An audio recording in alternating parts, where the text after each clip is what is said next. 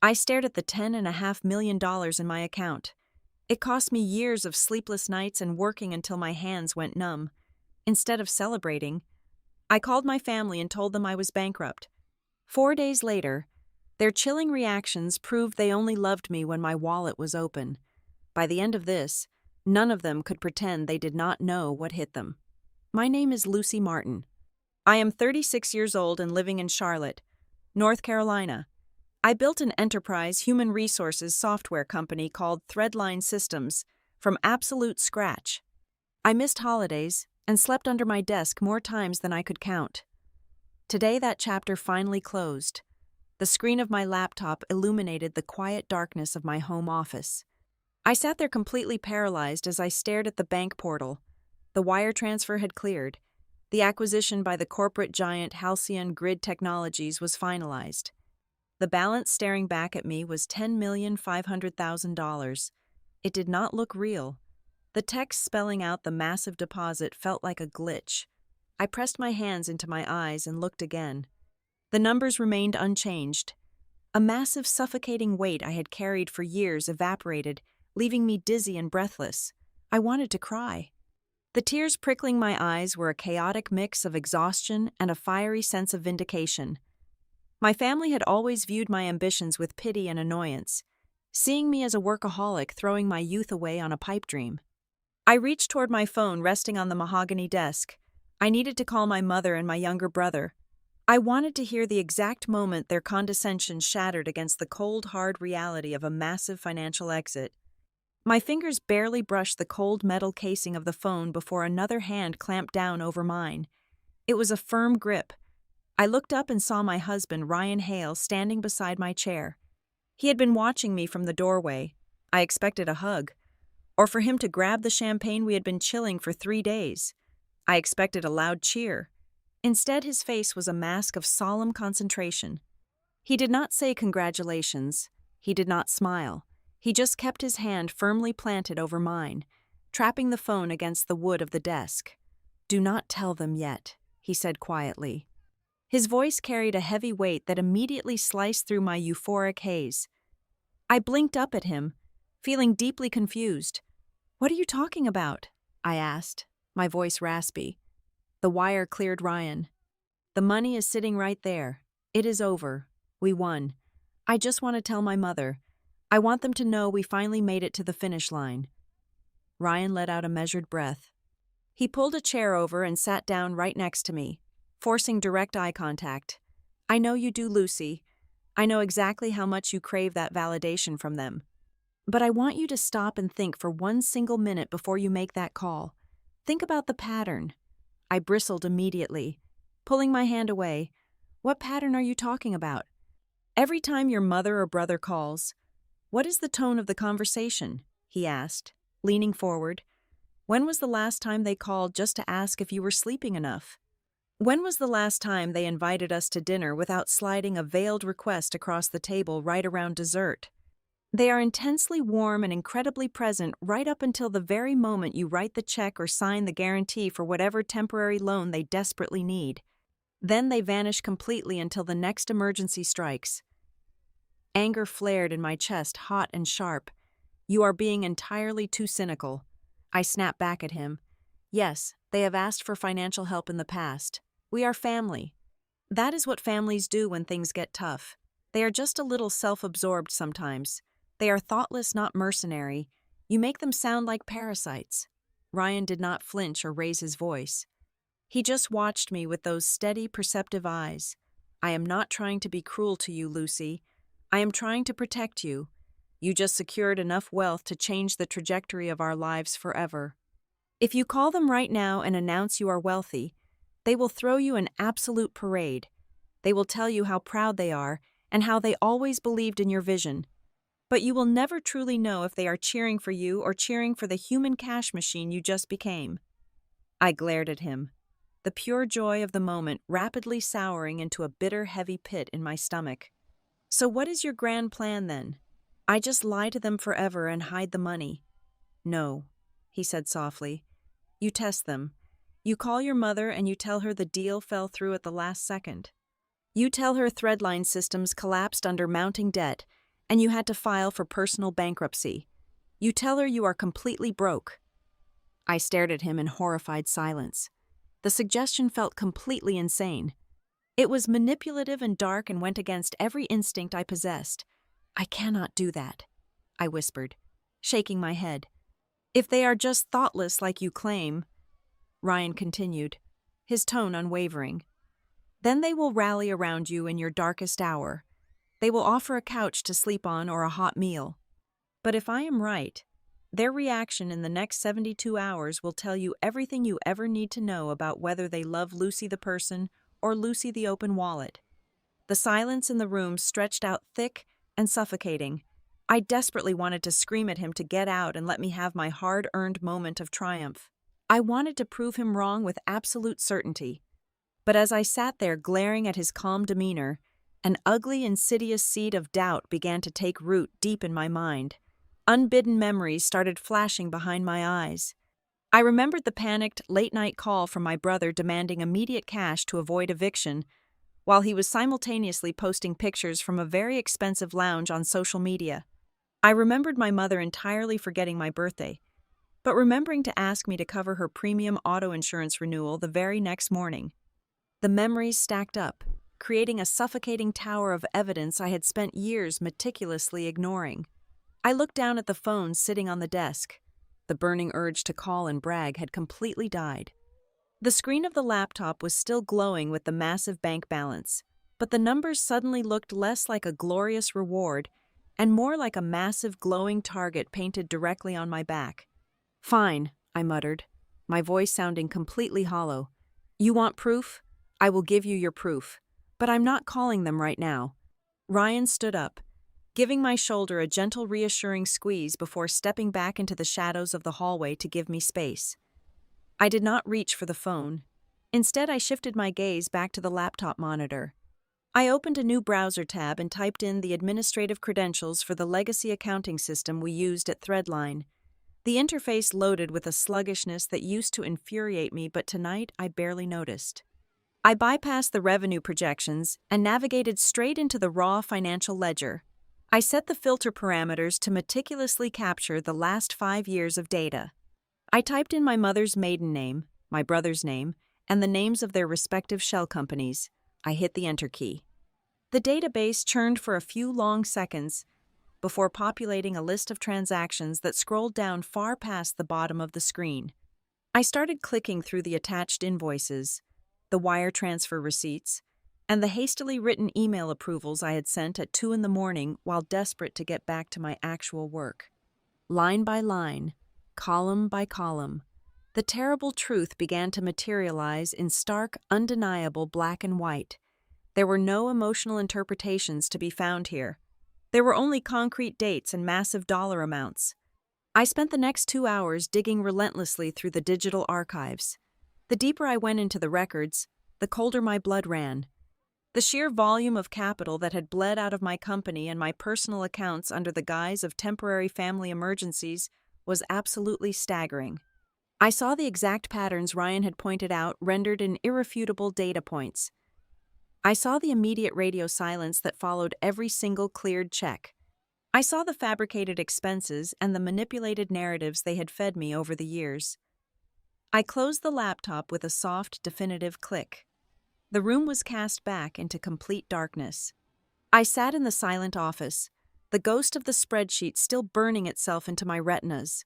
The hot anger I had felt toward Ryan an hour ago was completely gone. In its place was a chilling, crystal-clear realization that settled over me like a heavy winter coat. My husband was not being paranoid. He was not being overly cynical. He was simply the very first person brave enough to say the ugly truth out loud to my face. He had called out the exact thing I had been desperately avoiding for far too long. And looking at the mountain of evidence I had just unearthed, I knew exactly what I had to do next. The 72-hour countdown was about to begin. The glow of the screen cast long shadows across my office. I was no longer just looking at numbers.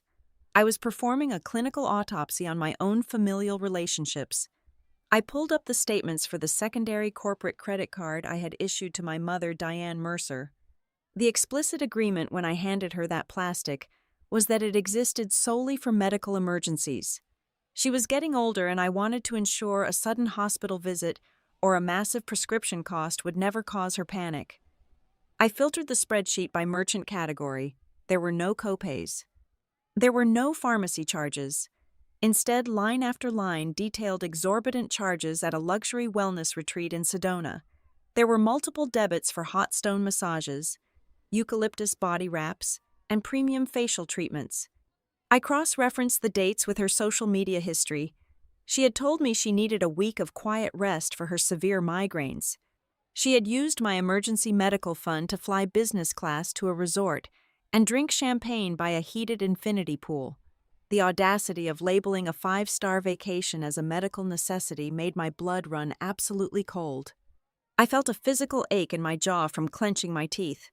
I closed the tab for Diane and opened the file labeled for my younger brother, Travis Mercer. A year and a half ago, he had come to me practically in tears, begging for a capital injection to expand his personal training studio. He pitched it as a do-or-die moment for his business, claiming he would lose his entire client base if he did not upgrade his facility immediately. I approved the wire transfer because I fiercely believed in his dream. Now, staring at the categorized expense reports, he was legally obligated to upload. The truth of his expansion was laid bare.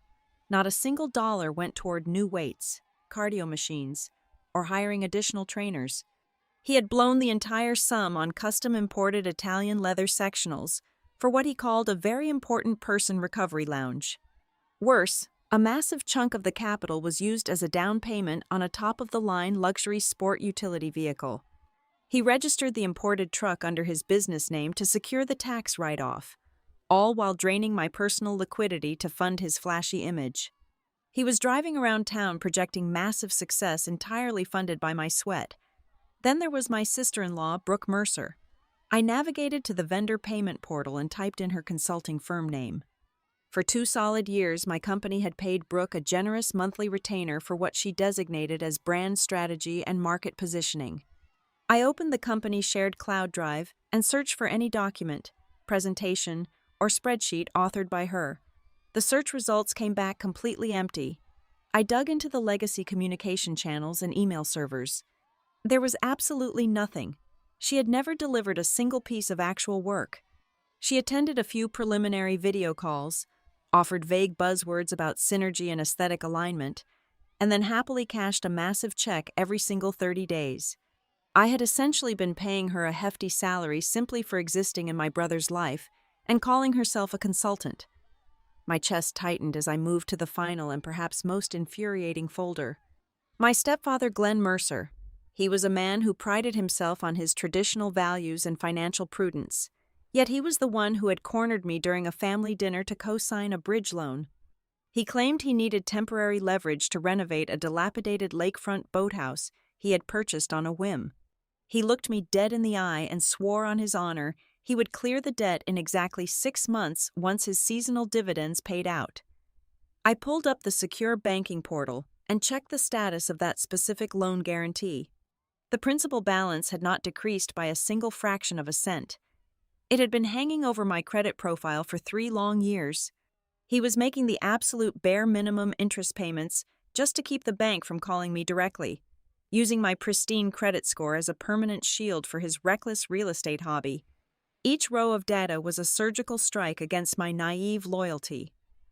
I leaned back in my chair and let the sheer scale of the deception wash over me. Whenever I had gently inquired about repayment timelines over the past few years, they had expertly turned the tables. They deployed soft voices and calculated guilt trips, telling me how difficult the economy was or how much pressure they were under. If I pressed even slightly harder, I was immediately branded as the ruthless corporate machine who cared more about accounting ledgers than her own flesh and blood. They made me feel deeply selfish for simply wanting my own hard-earned money returned. They weaponized the concept of family to ensure I never closed the vault. But they had made one fatal miscalculation.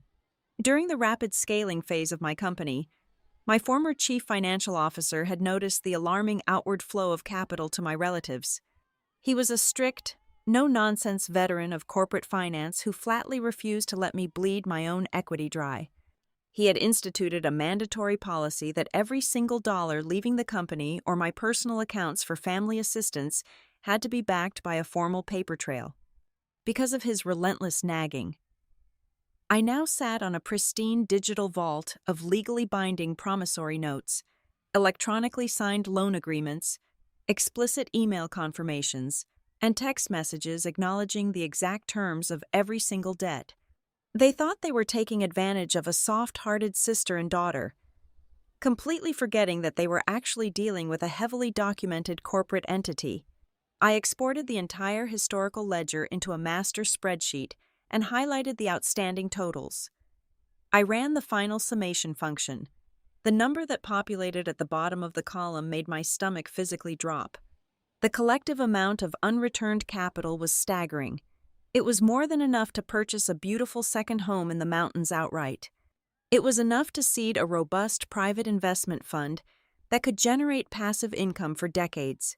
They had siphoned off a small fortune drop by drop, crisis by manufactured crisis, smile by deceitful smile. The financial loss was sickening, but the emotional betrayal was a completely different level of pure agony. I vividly remembered the exact periods when these transactions occurred. During the time Travis was out shopping for luxury vehicles and Diane was getting pampered in Sedona. I was locked in a windowless conference room fighting for survival. I was working 70 to 80 hours every single week.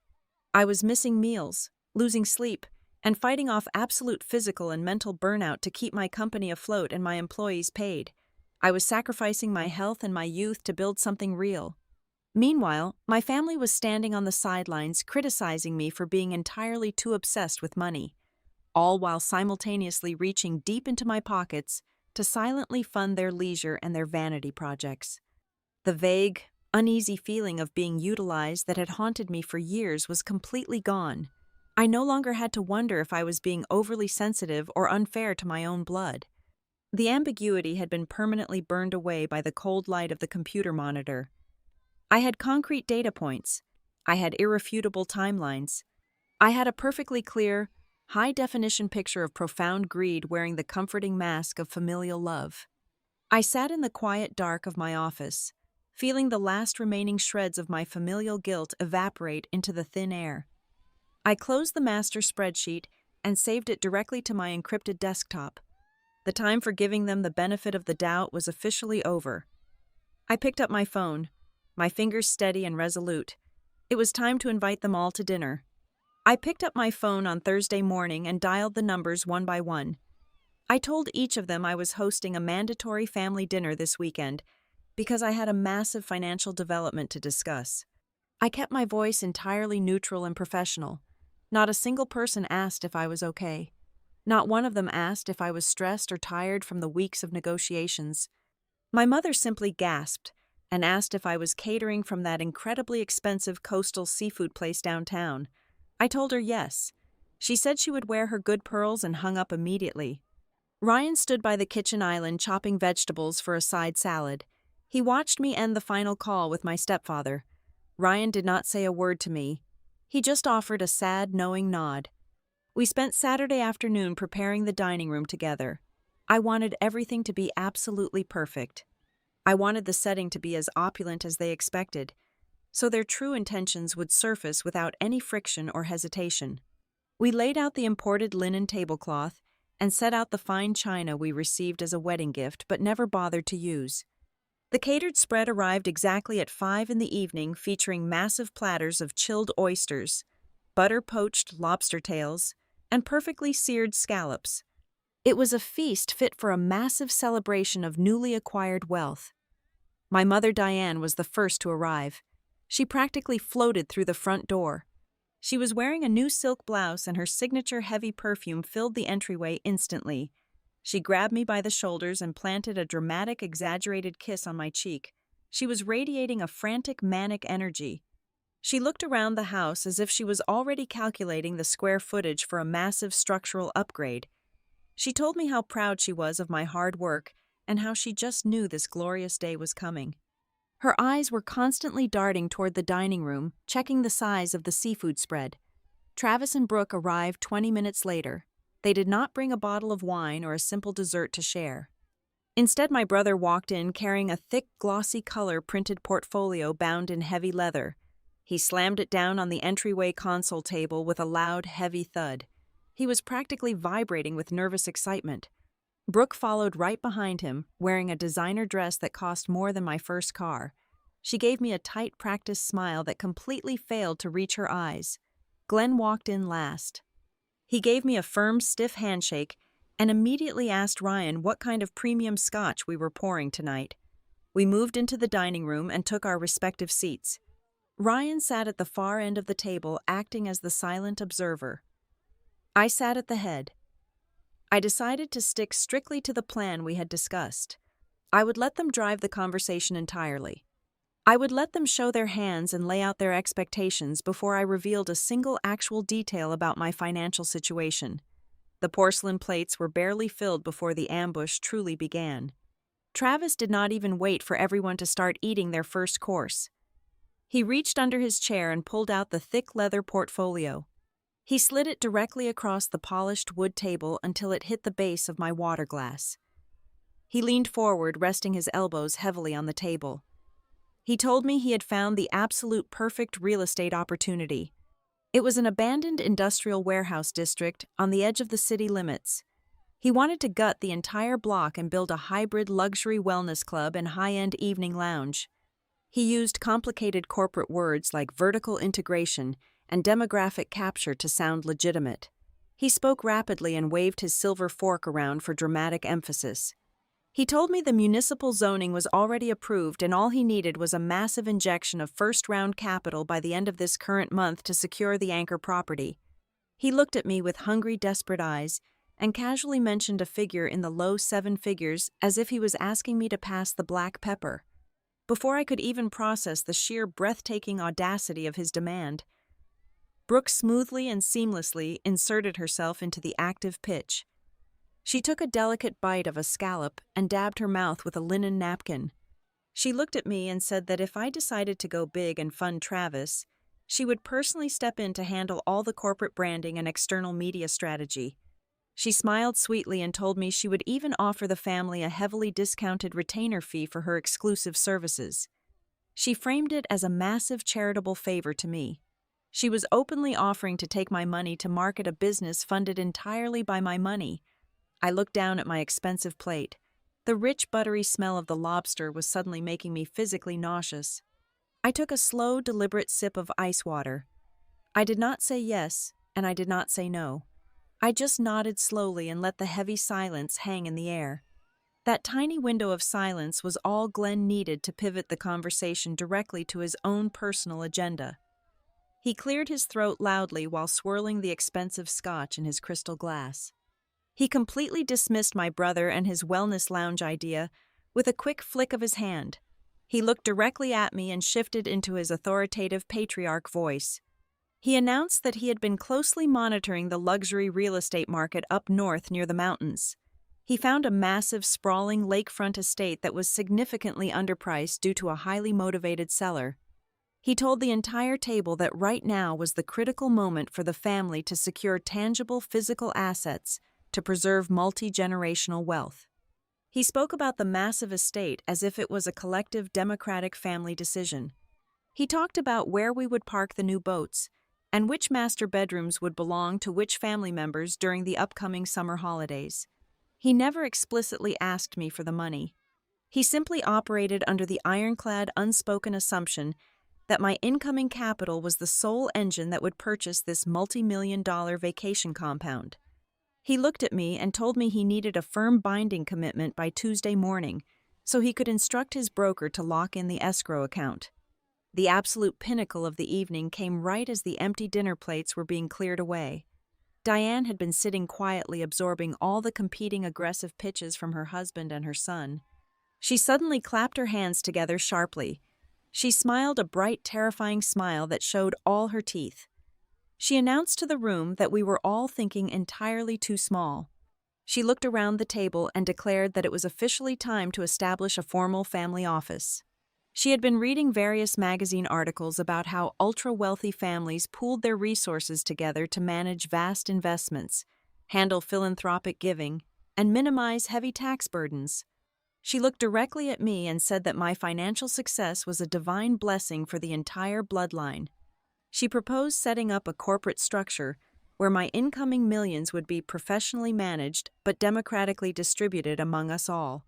She envisioned a system where she and Glenn and Travis would all sit on a formal board of directors, making executive decisions on how to allocate the funds I had spent years of my life bleeding and suffering to earn. She spoke with absolute breathless conviction. She honestly believed that the moment the funds hit my bank account, they magically transformed into communal family property waiting for her royal distribution. I sat completely frozen at the head of the table. The dining room was buzzing with an electric, chaotic energy. My brother was arguing loudly with my stepfather about liquid asset allocation versus long-term real estate holds.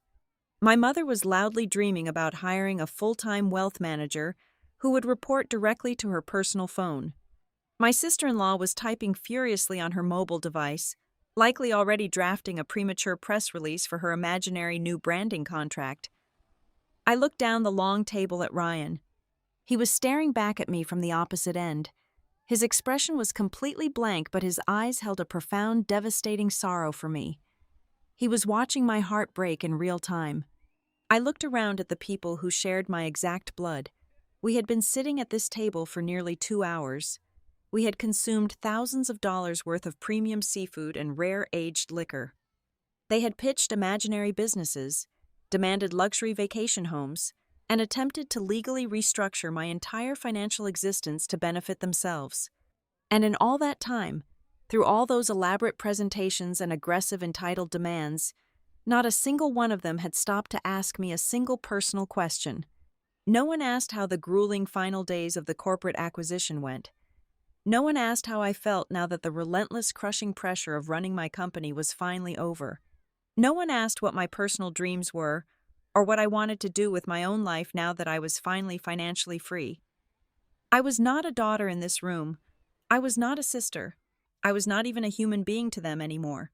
I was simply the host of a mandatory funding round. I was a living human bank vault, and they were just loudly arguing over who got to punch in the access code first. The noise in the room reached a fever pitch as Travis started aggressively defending his projected profit margins to Glenn. The air in the dining room felt incredibly thin and hard to breathe. The sickening realization coated my throat like thick, heavy ash. Everything Ryan had warned me about was playing out in spectacular, horrific detail right in front of my face. The trap was fully set. The greedy audience was perfectly primed. It was finally time to drop the match and burn it all down. I pushed my chair back from the head of the table. The wooden legs scraped loudly against the hardwood floor. The sudden sharp noise cut through the chaotic, overlapping pitches and demands. Travis stopped mid-sentence. Brooke lowered her phone. Glenn set his crystal glass down. Diane looked at me with an expectant, hungry gleam in her eyes. They all thought this was the exact moment I was going to open the floodgates. They thought I was standing up to give a grand speech about family legacy and officially hand over the keys to the vault. I placed my palms flat against the smooth surface of the dining table. I took a slow, deep breath, pulling the air into my lungs until they physically ached. I looked at each of their faces, committing their eager expressions to memory. "There is no family office," I said. My voice was completely flat and devoid of any emotion. "There is no luxury compound by the lake. There is no seed money for the wellness lounge. There are no branding contracts." The hungry gleam in my mother's eyes flickered and died. A deep collective frown rippled across the table. They stared at me in profound confusion. The acquisition deal with the buyers fell apart at the absolute last minute. I continued, forcing the fabricated words out of my mouth. The final audit revealed critical structural liabilities. Threadline systems collapsed entirely under the weight of accelerated corporate debt. The company is completely gone. The buyers walked away. The bank called in the operational loans. I have absolutely nothing left. I am filing for immediate personal bankruptcy. The silence that slammed into the dining room was absolute and suffocating. It was not the kind of silence born from shock or deep empathetic grief. It was the heavy, terrifying silence of a massive vacuum sucking all the oxygen out of an enclosed space. No one gasped. No one covered their mouth in horror. No one jumped up from their chair to rush over and wrap their arms around me. The air grew instantly frigid. I watched the collective realization wash over them.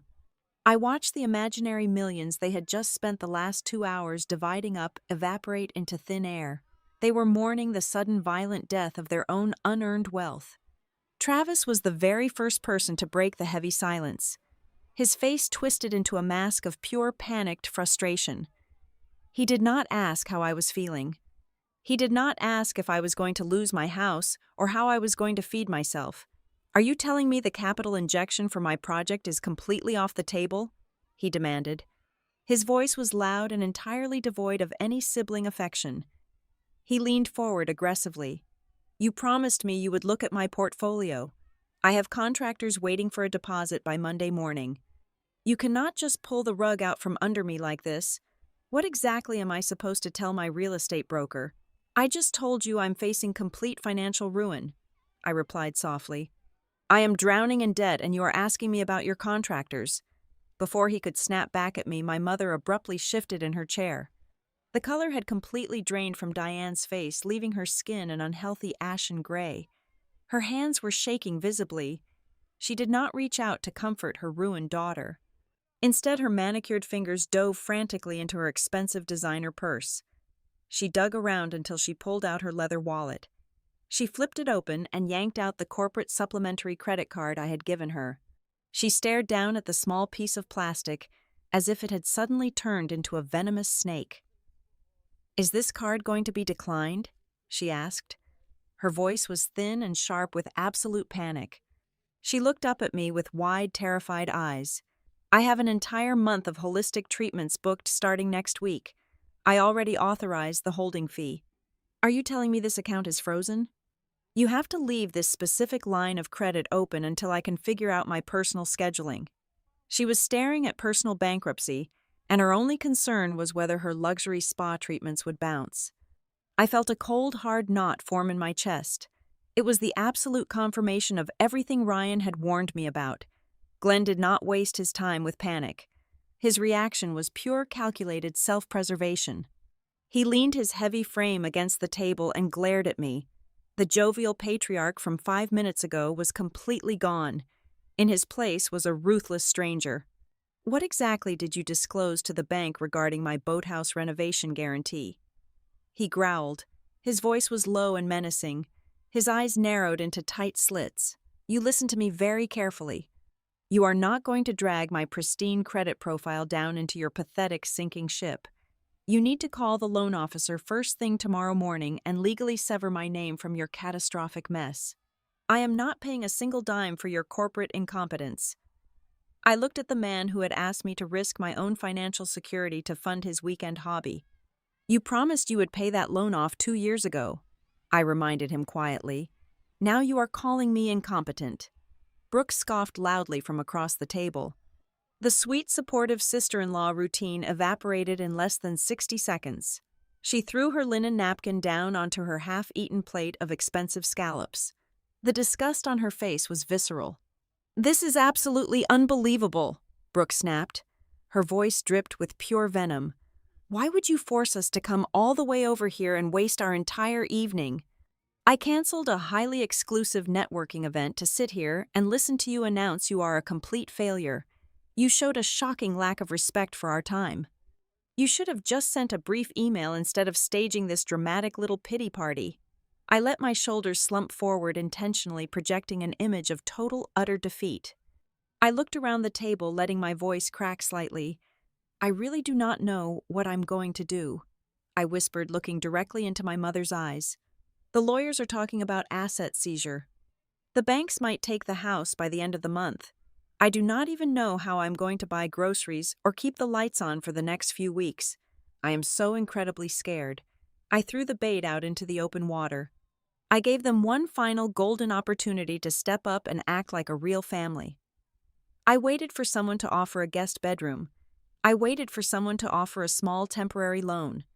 I waited for a single word of basic human comfort. The silence returned, but this time it was hostile. They looked at me as if I had just announced I was carrying a highly contagious disease. They physically recoiled in their chairs. Diane aggressively shoved the useless corporate card back into her purse and snapped the golden clasp shut. The sharp metallic click echoed in the quiet room. She stood up abruptly, smoothing down the front of her expensive silk blouse.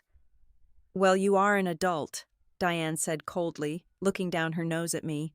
"You made your bed, and now you have to lie in it. And let me make one thing absolutely perfectly clear to you right now. Under no circumstances are you allowed to use my home address for any of your legal correspondence. I will not have debt collectors or repo men knocking on my front door because you failed to manage your little software business. Do you understand me? Keep your toxic financial mess entirely away from my property." Travis was already standing up, grabbing his thick leather portfolio off the table. He did not even look at me. He just muttered something under his breath about having to make emergency calls to find real investors. Brooke linked her arm through his, her face locked in a tight scowl. Glenn finished the last drop of his premium scotch and set the empty glass down hard. "We are leaving," Glenn announced to the room. Less than 10 minutes had passed since I uttered the word bankruptcy. In less than 600 seconds, my entire family had completely shed their loving, supportive disguises. They did not linger to offer condolences. They practically sprinted toward the front door as if they were fleeing a burning building. They did not say goodbye. They did not look back. The heavy oak front door slammed shut, vibrating the walls of the hallway. The sudden quiet of the house was deafening. I sat completely motionless at the head of the long table. The air still smelled heavily of my mother's perfume and the rich, buttery seafood. I looked down at the expensive feast they had happily devoured, using the very money they now despised me for losing. Ryan walked slowly from his end of the table and stood behind my chair. He gently rested his hands on my shoulders. His touch was the only genuine warmth I had felt all evening. I did not cry. There were no tears left to shed for these people. The painful, agonizing uncertainty I had carried for years was permanently gone. They had shown me exactly who they were with brutal, devastating clarity. The trap had worked perfectly. They thought they had just escaped a sinking ship. They had absolutely no idea that they had just locked themselves entirely out of the most secure vault they would ever encounter. 2 mornings passed since the disastrous dinner. 48 hours of complete and utter silence from the people who shared my blood.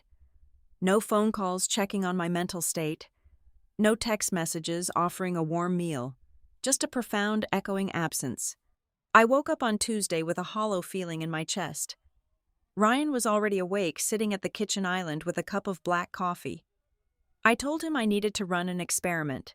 I needed to execute one final stress test on my family just to ensure there was absolutely no room for doubt or future guilt.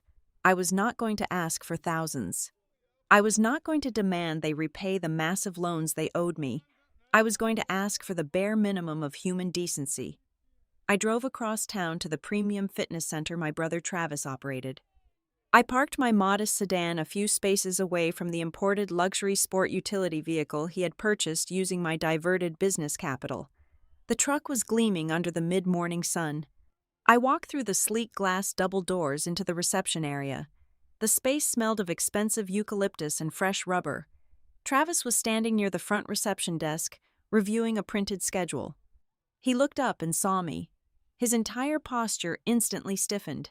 The welcoming smile he reserved for paying clients vanished entirely, replaced by a defensive and irritated scowl. I walked over to him, keeping my voice low and completely stripped of any demands. I told him the bankruptcy proceedings were moving much faster than anticipated, and the bank had placed a temporary freeze on all my personal checking accounts. I explained that Ryan and I were facing immediate eviction from our home. I asked him a very simple question. I asked if we could throw a couple of sleeping bags in the empty storage studio located directly above his main workout floor just for one single week while we figured out our next legal steps. Travis did not even pause to consider the logistics. He did not ask if we had anywhere else to go or if we had money for food. He crossed his arms over his chest, pushing his shoulders back aggressively. He looked around the lobby as if my very presence was somehow repelling his wealthy clientele. He told me absolutely not. He lowered his voice into a harsh, aggressive whisper. He said he was running a high-end wellness brand built entirely on the concept of manifestation and absolute success. He looked me dead in the eye and said he simply could not afford to have my failure energy lingering inside his building and polluting the mindset of his staff. He called my hypothetical financial ruin a toxic aura that he refused to let cross his threshold. I swallowed the hard lump of absolute disgust rising in my throat. I nodded slowly, accepting his brutal rejection without a single argument. I decided to lower the bar even further to see how deep the cruelty went. I asked him if Ryan could at least park our car overnight in the dark alley behind the gym for a few days, so it would not get repossessed from our driveway by the aggressive debt collectors. It was a request that would cost him $0 and zero effort. Travis shook his head aggressively. He claimed his commercial lease agreement was incredibly strict regarding overnight vehicles. He spun a ridiculous lie about security patrols and liability insurance, completely ignoring the fact that he routinely let his friends park their luxury cars back there after late-night parties. He was entirely unwilling to offer me a patch of dirty asphalt. He turned his back on me and walked away toward the heavy weight room without saying goodbye. Abandoning his destitute sister in the middle of his pristine lobby, I walked back out to my car. The rejection stung, but it was a very clean and clinical pain.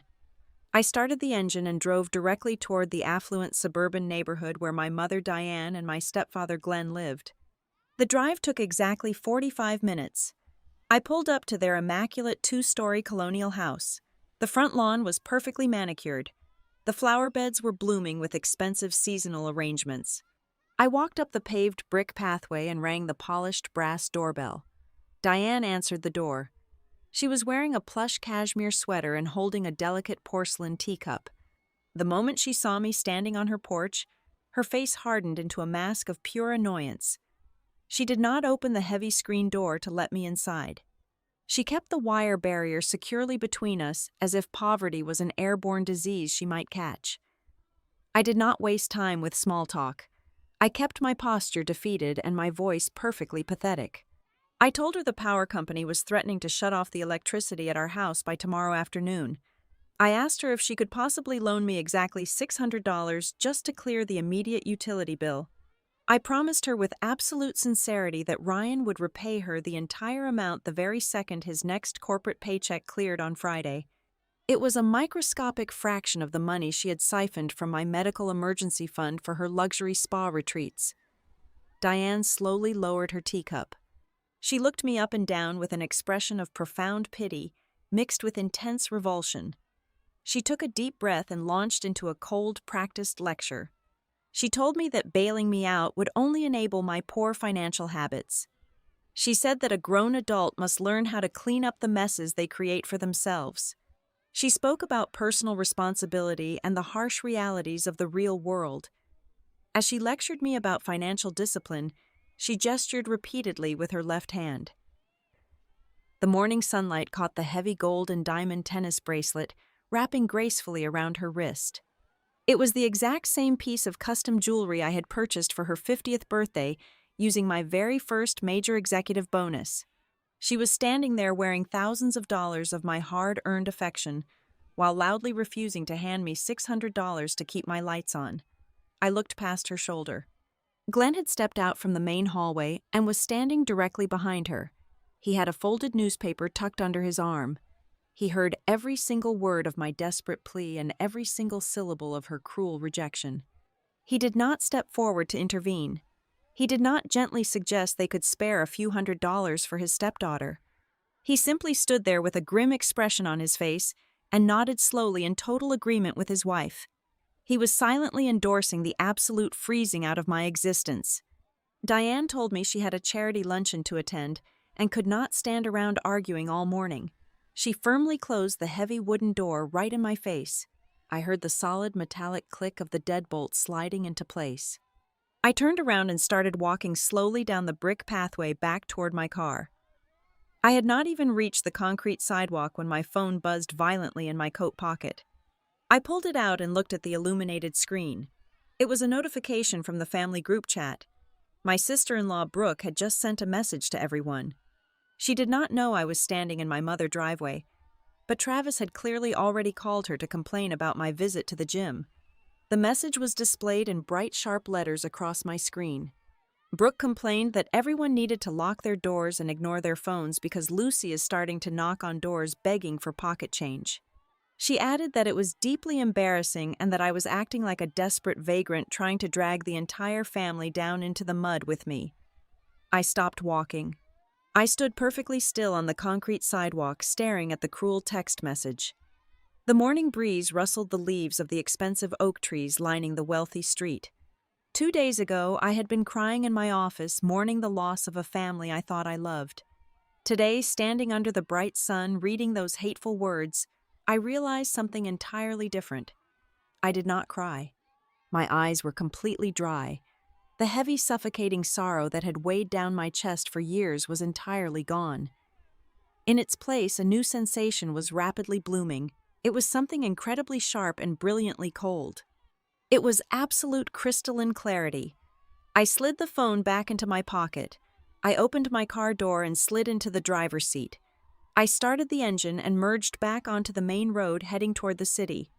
The experiment was officially concluded. The test results were conclusive and undeniable. Familial love did not exist here. It never had. The final shred of my hesitation was burned away, leaving behind a purely mechanical determination. They had made their choices with terrifying ease.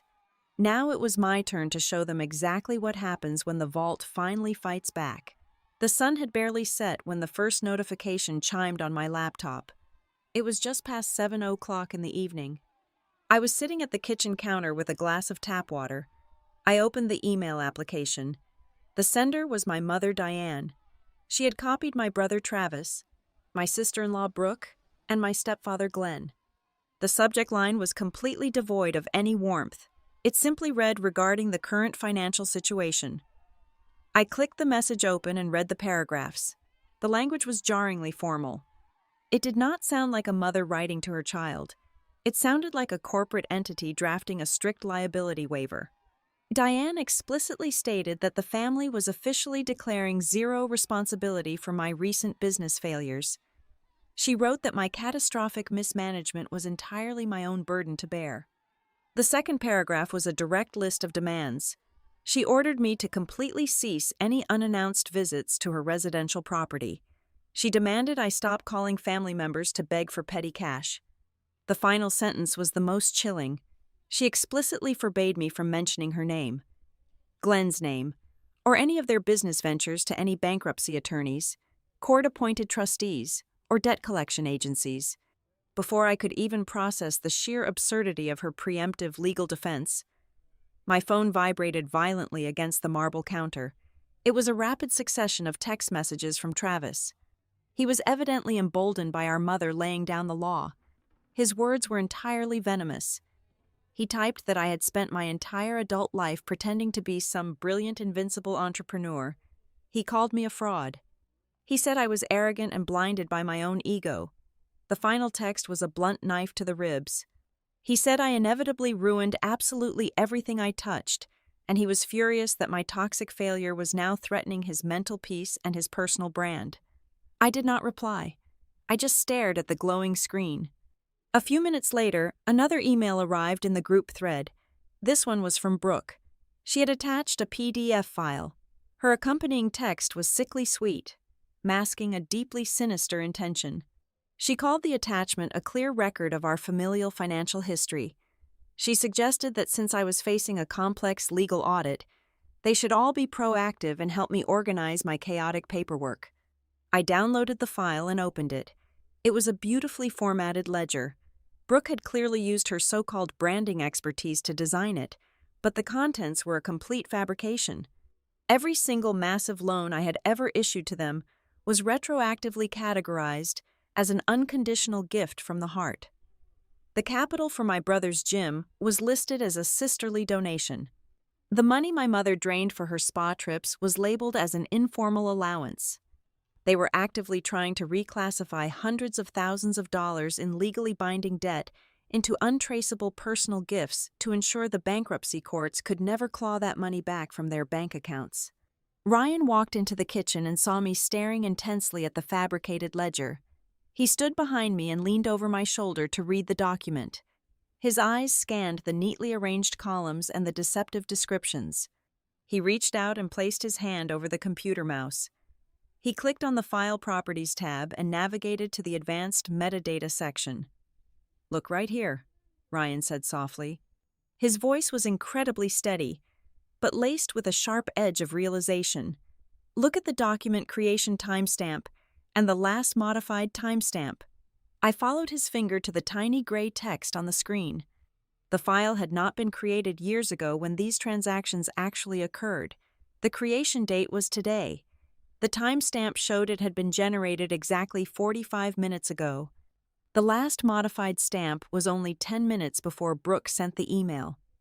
A cold chill radiated down my spine. They were not just being greedy anymore.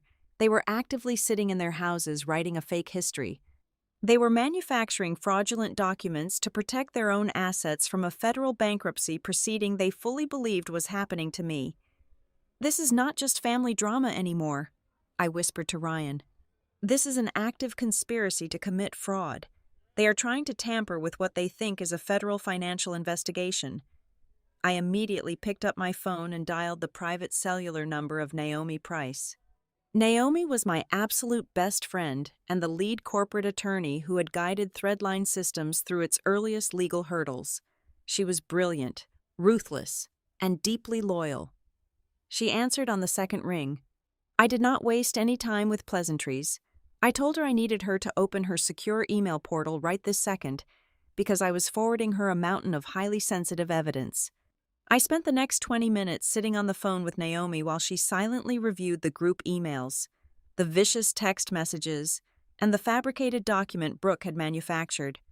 I also granted her temporary administrative access to the secure corporate server, where my former chief financial officer had stored all the original legally binding promissory notes and wire transfer receipts that completely contradicted Brooke's fake ledger. The line was quiet for a long time, except for the sound of Naomi typing furiously on her own keyboard. When she finally spoke, her voice was completely devoid of any humor. She told me she was running a cross-reference on the entire communication archive I had just uploaded. She said she had found something buried in the recent outgoing server logs that was infinitely more dangerous than a fake gift registry. Naomi explained that earlier this morning, my stepfather Glenn had initiated an electronic communication with a third-party commercial credit broker.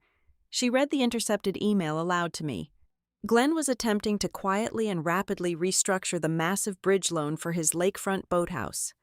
He was trying to extend the amortization period and lower the monthly payments to protect his own liquidity before my supposed bankruptcy dragged the loan into default. But that was not the terrifying part. The terrifying part was the attachment Glenn had included in his email to the broker. Naomi opened the file and described it to me in vivid detail. It was a digital scan of my physical signature. Glenn had lifted my signature from an old, entirely unrelated tax document from 3 years ago. He had cropped it, enhanced the contrast, and attached it to the new restructuring application to make it look as though I had officially authorized the new loan terms as the primary guarantor. "He committed identity theft," Naomi said flatly. The words hung in the empty kitchen like a physical weight. "He used a forged signature to attempt to manipulate a high-value commercial loan. That is not a misunderstanding. That is not a greedy family member stretching the truth.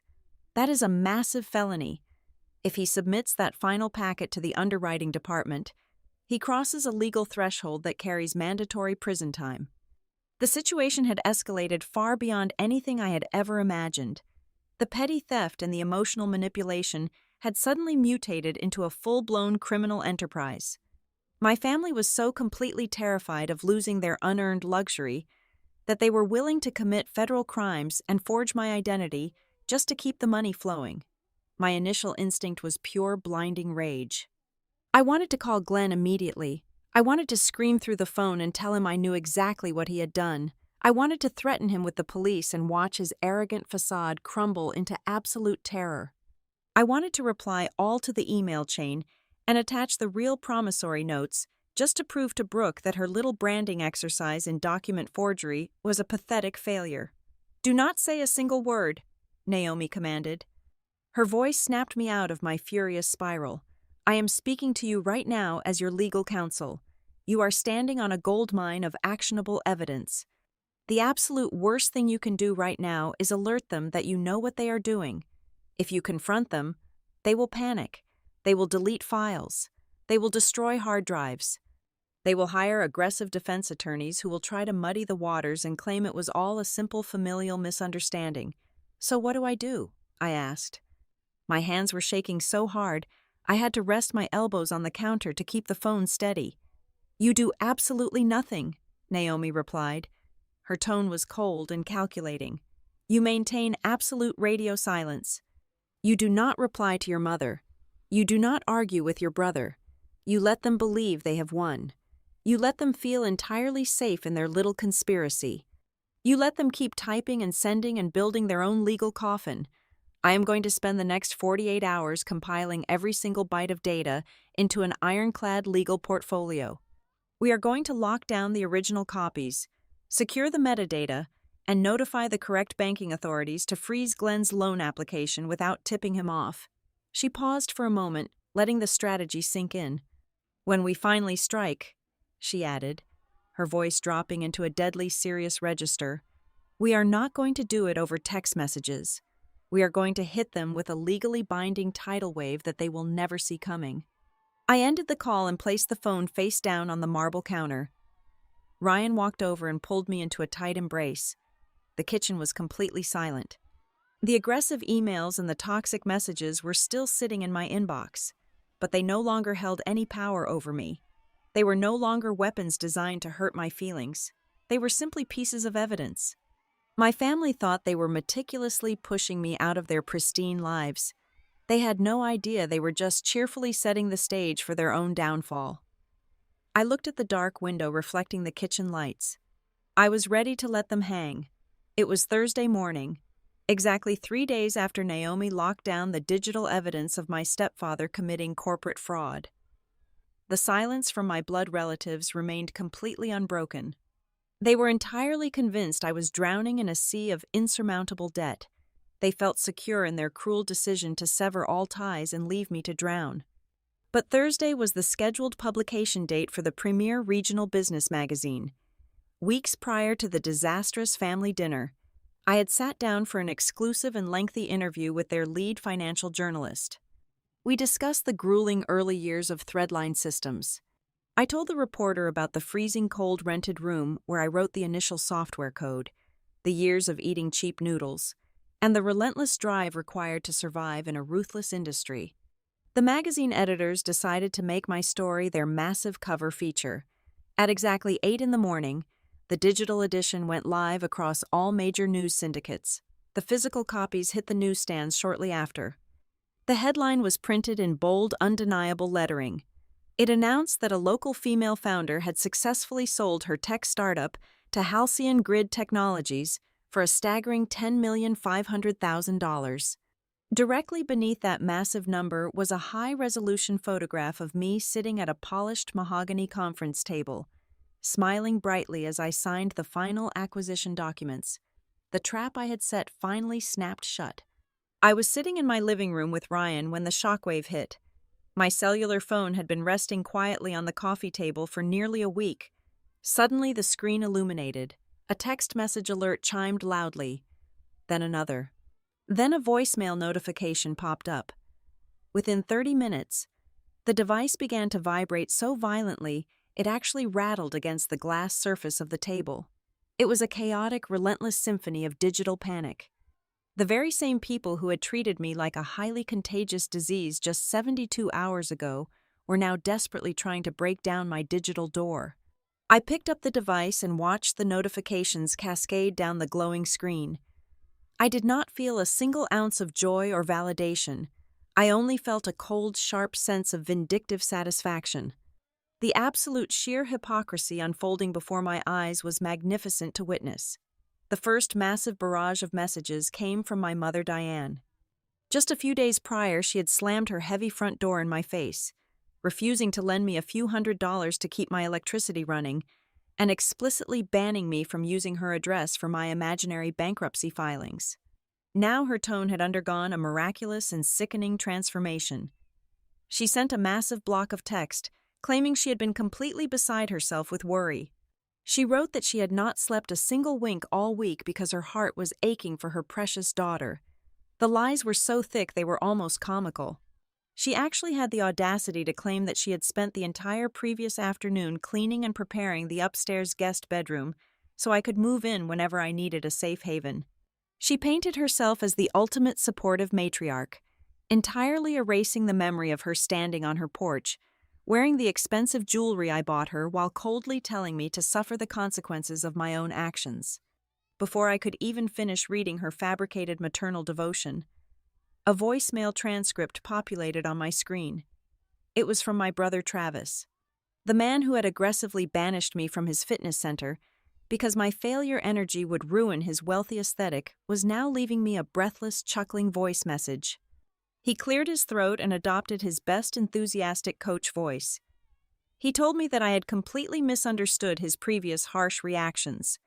He claimed all the venomous things he had texted me about being a toxic fraud were actually just his unique brand of tough love.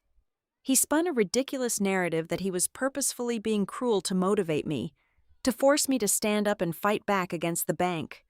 He said that siblings occasionally butt heads when tensions run high, but blood is always thicker than water.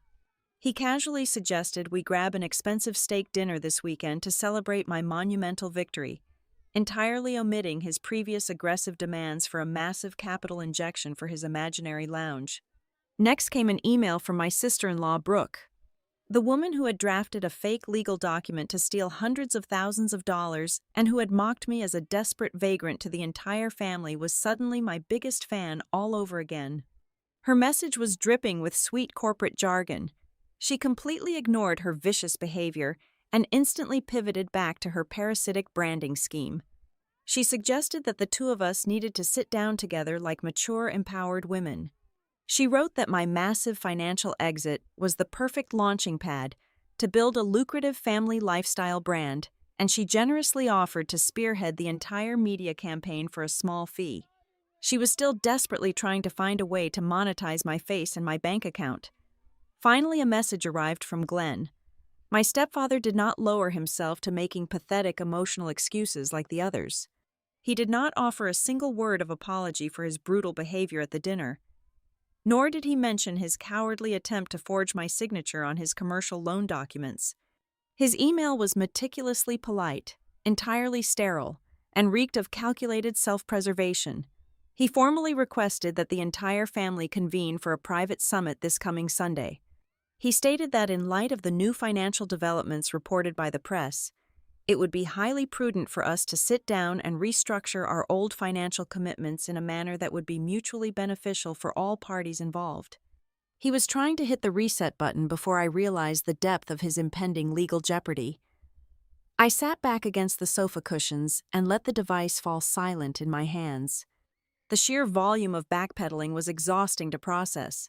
They honestly believed that a few sweet words and some shallow excuses would instantly erase the profound cruelty they had inflicted upon me.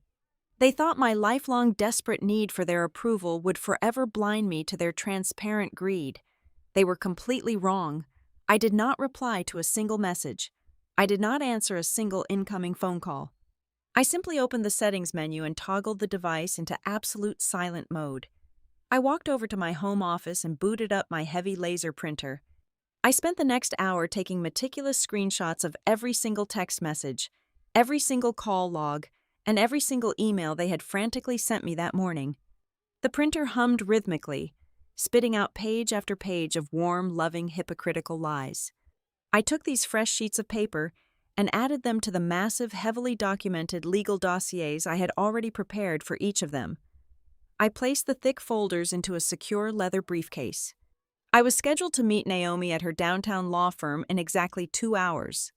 My family was currently sitting in their respective homes, staring at their phones, eagerly waiting for me to accept their apologies and welcome them back into my life. They thought their sudden change of tone was the magic key that would unlock my $10,500,000. They had absolutely no idea that while they were busy drafting their pathetic excuses, I was meticulously and permanently changing all the locks. They had taken my generosity for granted for the absolute last time. The emotional tests were officially over. It was time to initiate the legal strike. I sat across from Naomi in her corner office on the 40th floor of her downtown firm. The panoramic view of the city skyline was spectacular, but my attention was entirely focused on the thick stacks of legal paper resting on her massive oak desk. I was completely done with crying. I was done waiting for apologies that would never come. The emotional turmoil of the past few weeks had burned away, leaving a cold and highly calculated resolve. We were not going to scream or throw things. We were going to dismantle their entitled existence piece by piece using the most ruthless and perfectly legal weapon available to us. We were going to use paper. Naomi pushed the first folder across the desk. It belonged to my mother, Diane. Inside was a formal notice of immediate termination for every single supplementary credit card, every shared bank account, and every financial authorization I had ever foolishly granted her. We did not send a polite text message. Naomi dispatched the notices via certified courier directly to her front door. The letters legally revoked her access to my funds and mandated the immediate return of the physical plastic cards. If she attempted to run those numbers at her luxury spa resorts ever again, the transactions would instantly decline and trigger a fraud alert. I signed the bottom of the termination notice with a steady hand. Next was the dossier for my sister-in-law, Brooke. Naomi had brought in a forensic accountant to audit the extensive consulting fees Brooke had extracted from Threadline Systems over the years. The audit confirmed exactly what I had discovered. There was zero evidence of any actual work, not a single marketing campaign, not one branding document, not a solitary email proving she had provided any value. Naomi drafted a brutal demand letter. It compiled every single suspicious invoice and legally reclassified them as unearned wages obtained under false pretenses. The letter demanded a full structured repayment. It included a very quiet but terrifying clause stating that failure to comply would result in the entire file being handed over for civil litigation and a potential tax fraud investigation. Then we moved to Glenn. My stepfather thought he was brilliant when he tried to forge my signature to restructure the massive loan for his lakefront boathouse. He thought he could outsmart the system. Naomi was 10 steps ahead of him. She had drafted a formal legal injunction completely removing my name from all pending or active guarantees associated with him. Furthermore, Naomi had already contacted the commercial credit broker he had emailed. She informed their fraud department that the signature on Glenn's application was a digital forgery, and that I was formally contesting the document. We did not have to call the police to ruin him.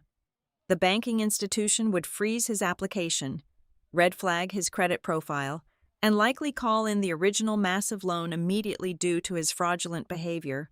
The final and most complex target was my brother Travis.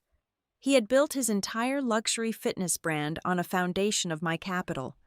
The expensive imported equipment sitting on his gym floor was purchased with my personal funds and backed by a strictly documented loan agreement. When he panicked about my supposed bankruptcy, he was terrified I would call in that specific debt, but the reality was actually much worse for him. While digging through his financial footprint, Naomi had uncovered a massive structural weakness in his business. Travis was not just ignoring his debt to me. He was severely delinquent on his primary operational loans with a major commercial bank. He was months behind on his payments. The bank had classified his account as toxic debt. They were currently in the process of offloading his loan portfolio on the secondary debt market for a fraction of its original value just to clear it off their books. Naomi looked at me and asked if I wanted to simply seize his gym equipment and let the commercial bank tear the rest of his business apart. I looked out the massive window at the city below. I thought about the way he had banished me from his pristine lobby because my failure energy would ruin his vibe. I decided that simply watching him fail was not enough. I wanted to hold absolute power over his corporate survival. I instructed Naomi to form an anonymous limited liability company. We named the shell corporation Alder Row Capital. I used a microscopic fraction of the $10,500,000 I had just acquired from the Halcyon Grid Technologies buyout to fund the new entity, acting through a third-party corporate broker. Alder Row Capital swooped into the secondary debt market and legally purchased my brother's delinquent loan portfolio entirely in cash.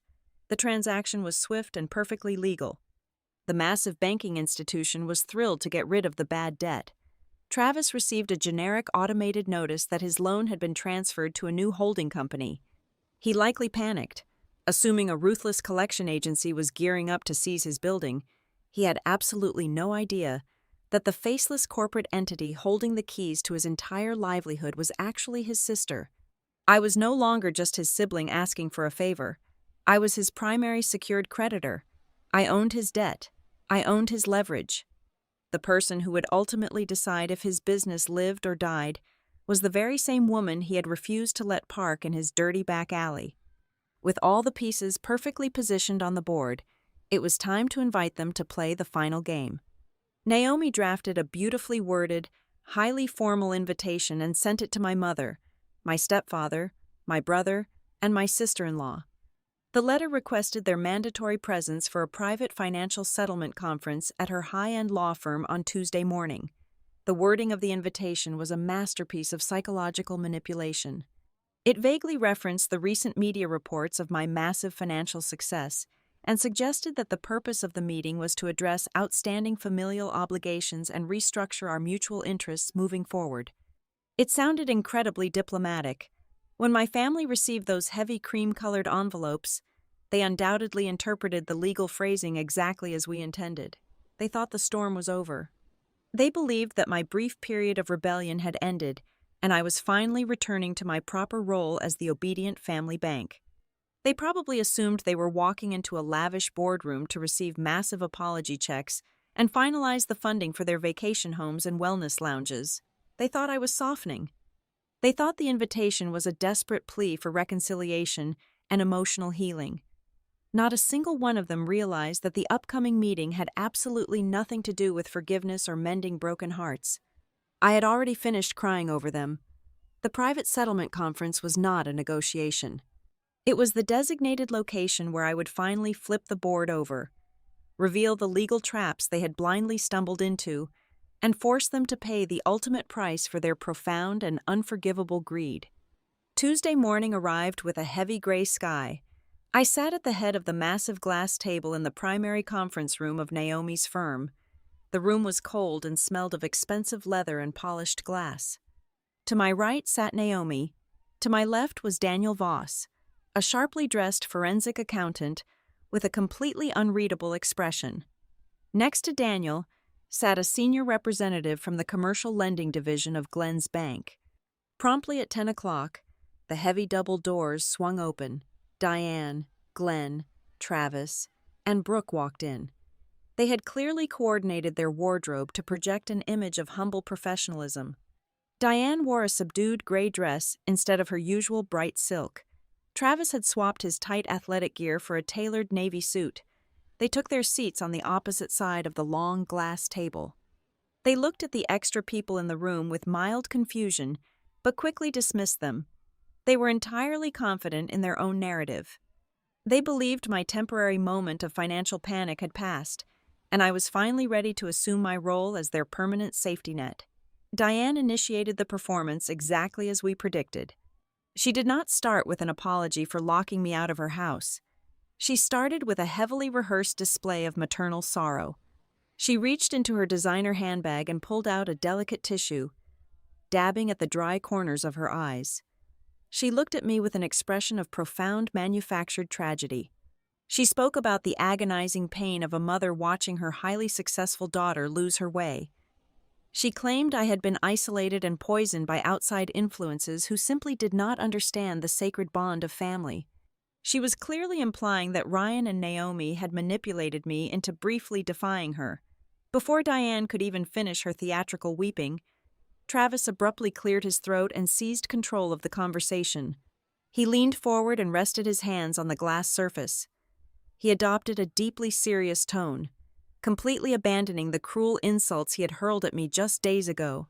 He told me that the family had forgiven my erratic behavior because they understood the immense pressure of corporate acquisitions. Then he smoothly transitioned to his actual agenda. He stated that his premium fitness studio was facing temporary liquidity issues due to macroeconomic factors. He looked me dead in the eye and requested that I immediately restructure his debt and provide a massive injection of capital to protect the honor and the legacy of the family name. Brooke seamlessly followed her husband's pitch. She slid a thick, glossy presentation folder across the table toward me. She smiled a warm, practiced smile. She announced that she was officially dropping her previous consulting fees because she wanted to offer me something infinitely more valuable. Her new proposal was a comprehensive strategy to make me the central figurehead of a massive lifestyle brand built entirely around my newly acquired wealth. She painted a picture of international speaking tours and branded merchandise, casually mentioning that she would manage the entire global operation for a very reasonable percentage of the gross revenue. I sat perfectly still in my high-backed leather chair. I did not interrupt them. I did not sigh. I let them pour every single drop of their rehearsed manipulation into the quiet room. I watched them build their imaginary castles out of my hard-earned money. When Brooke finally finished speaking, a thick, expectant silence fell over the conference room. All four of them stared at me, waiting for the inevitable moment when I would cave to their demands and open my checkbook. I looked at Naomi and gave her a single slow nod. Naomi did not say a word. She simply reached out and pressed a button on the sleek control panel embedded in the table.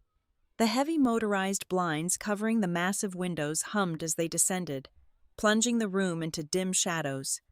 A high-definition projector descended from the ceiling and illuminated the large white wall directly behind me. The first slide snapped onto the screen. It was not a financial portfolio. It was a massive high-resolution screenshot of the family group text messages. Travis's cruel words, labeling me a toxic fraud and a complete failure, were magnified for everyone in the room to read. The next slide was Diane's vicious email officially cutting me off from the family and demanding I never use her address for my bankruptcy proceedings. The color instantly vanished from Diane's face. She dropped her tissue. Travis physically recoiled in his chair as if he had been struck. The presentation did not stop. Naomi clicked to the next slide.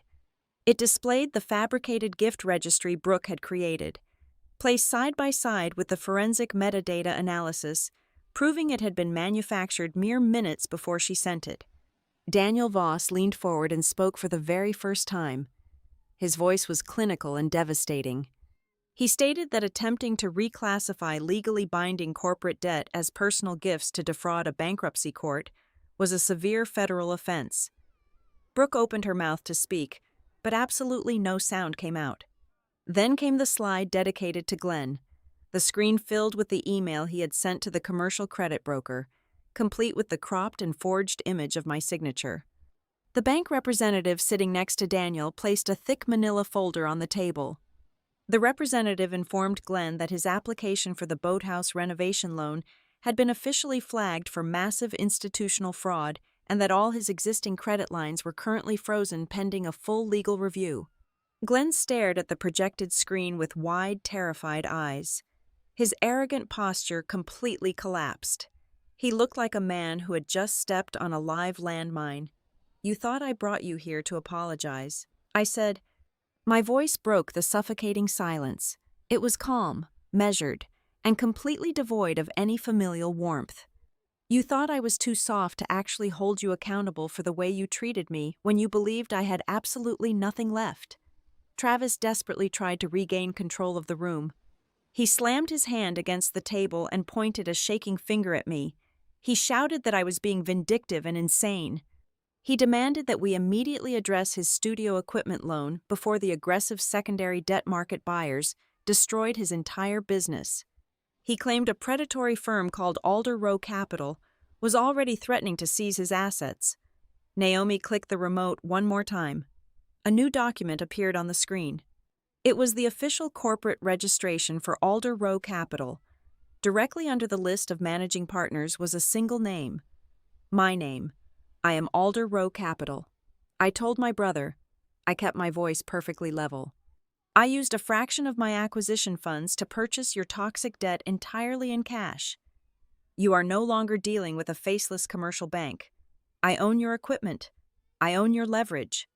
And you are currently 4 months delinquent on your payments to me. Travis stared at me in sheer absolute horror.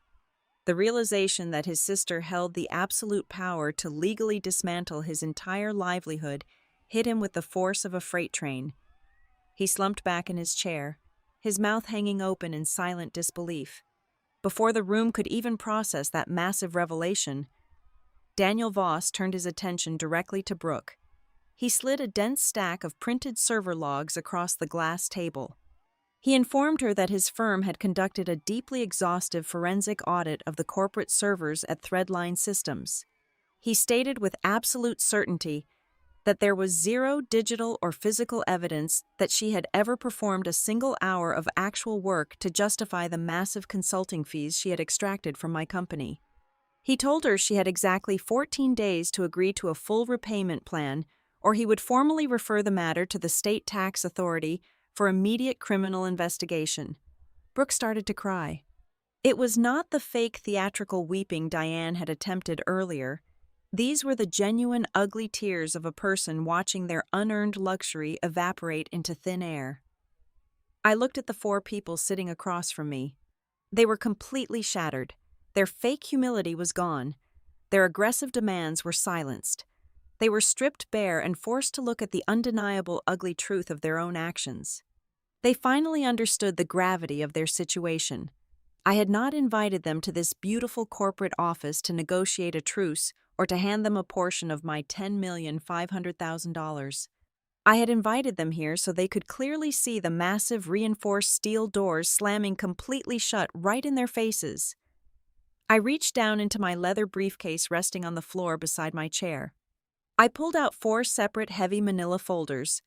I slid them across the smooth glass surface of the conference table. One stopped directly in front of my mother, Diane. Another rested before my stepfather, Glenn. The third and fourth settled in front of my brother, Travis, and my sister-in-law, Brooke. I kept my hands folded neatly on the table. Inside those folders are your final settlement agreements, I said, my voice cutting through the thick, heavy silence of the room. They contain the formal notices for the immediate termination of every single financial guarantee, the permanent revocation of all account access, and the legally binding demands for immediate repayment.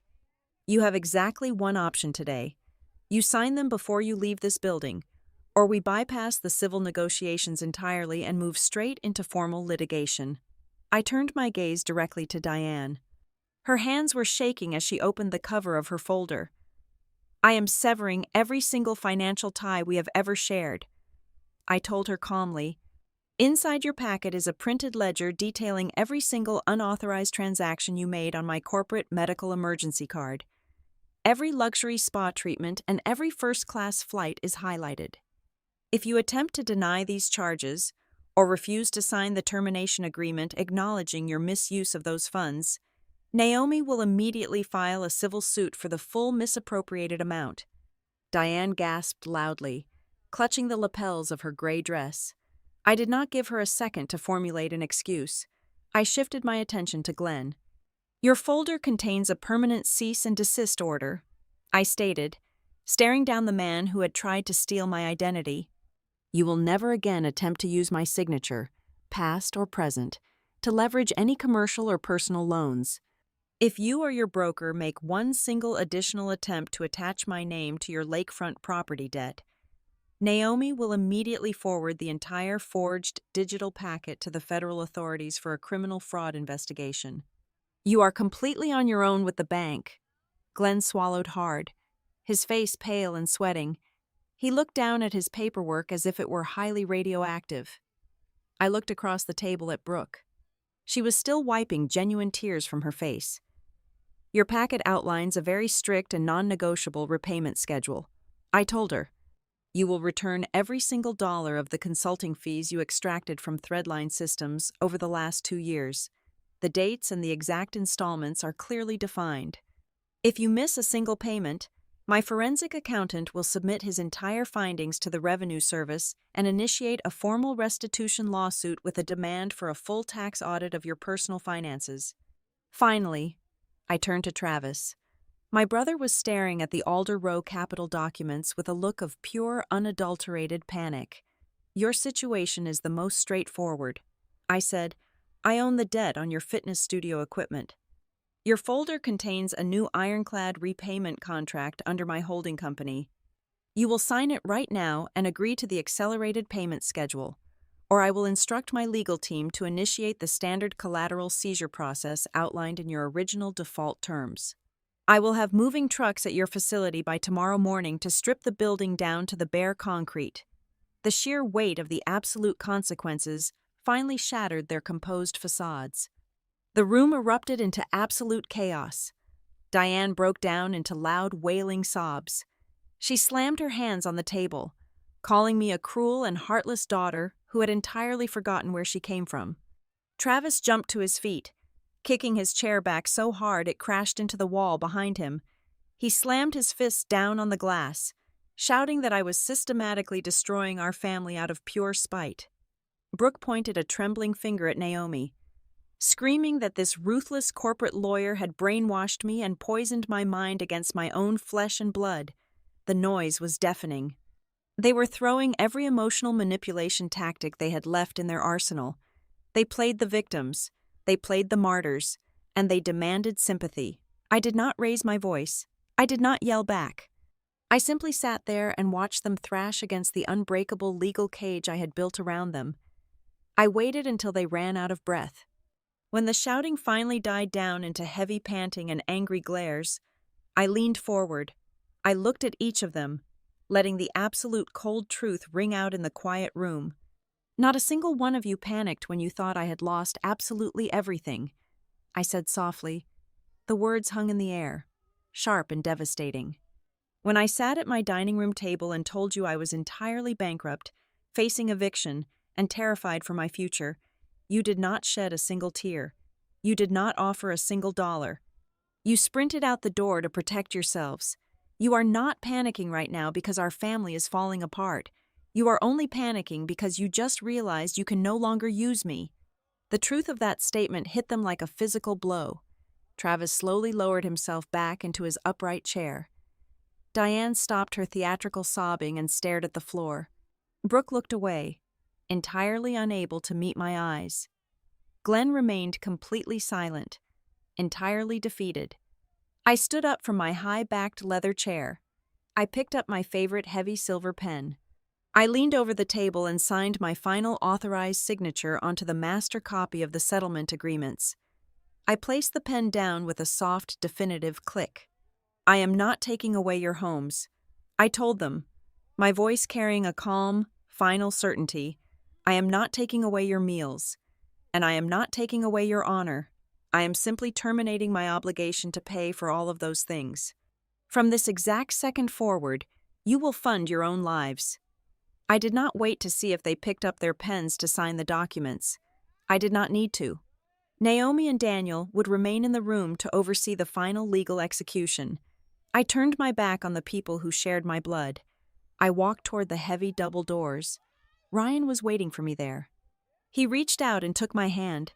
His grip was warm and solid and incredibly safe. We walked out of the conference room together. As I stepped into the carpeted hallway, I heard the faint, desperate voices of my mother and my brother calling my name, trying to offer belated hollow apologies that were years too late. I did not turn around. I simply kept walking. The heavy mahogany doors swung shut behind us with a loud, solid thud, permanently sealing them inside a room with the massive bills they had created for themselves. In the months that followed that final meeting, I did not spend my time wallowing in the loss of my family. I took a significant portion of the $10,500,000 from the corporate acquisition and established a comprehensive private support fund. I dedicated it entirely to the loyal former employees of Threadline Systems who had worked the grueling late-night hours right alongside me. I ensured they received the massive bonuses and the financial security they actually deserved.